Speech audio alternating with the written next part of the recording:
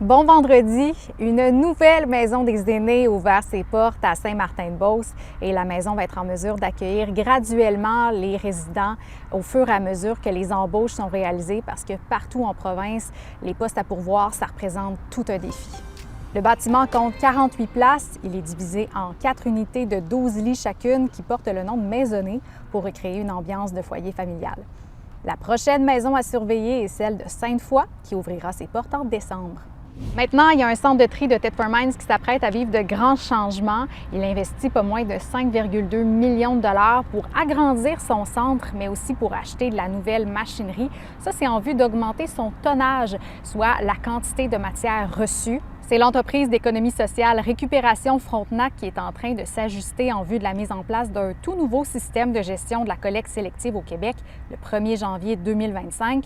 Ça va obliger les industries et les commerces d'assumer la pleine gestion en fin de vie des produits qu'ils mettent en marché. Le but de la réforme, c'est de récupérer le plus de matière possible en s'assurant que rien n'aboutisse dans les sites d'enfouissement. Et avec la réforme à venir, Récupération Frontenac estime que les matières recyclées des industries, des commerces et des institutions traitées par leur centre de tri vont passer de 10 à 25 %. Je m'en vais à la rencontre de ma collègue Catherine Lachaussée parce qu'elle s'est intéressée à la grille du frêne. Allô Catherine? Allô Anne-Sophie? Alors l'abattage des arbres s'accélère et là, les chercheurs sont désespérément à la recherche de solutions. Je dirais pas désespérément, activement par contre, parce que ça va pas bien pour les frênes. Effectivement, il y en a des millions qui ont disparu en Amérique du Nord déjà. Regardez l'état de celui-là, c'est catastrophique. On voit vraiment les ravages de la grille. L'écorce est même tombée. On en a au moins une dizaine ici qui sont morts. Plus malades, mais vraiment morts. La bonne nouvelle, c'est que les scientifiques ne sont pas restés assis dans leur laboratoire à se croiser les bras. C'est très actif, la recherche, c'est très varié aussi.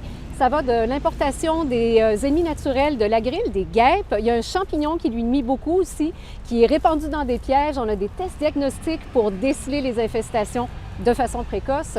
Et la bonne nouvelle ultime, c'est qu'il pourrait y avoir des frênes résistants en Amérique du Nord. Ça, c'est une grosse surprise et ça permet d'espérer de rester optimiste.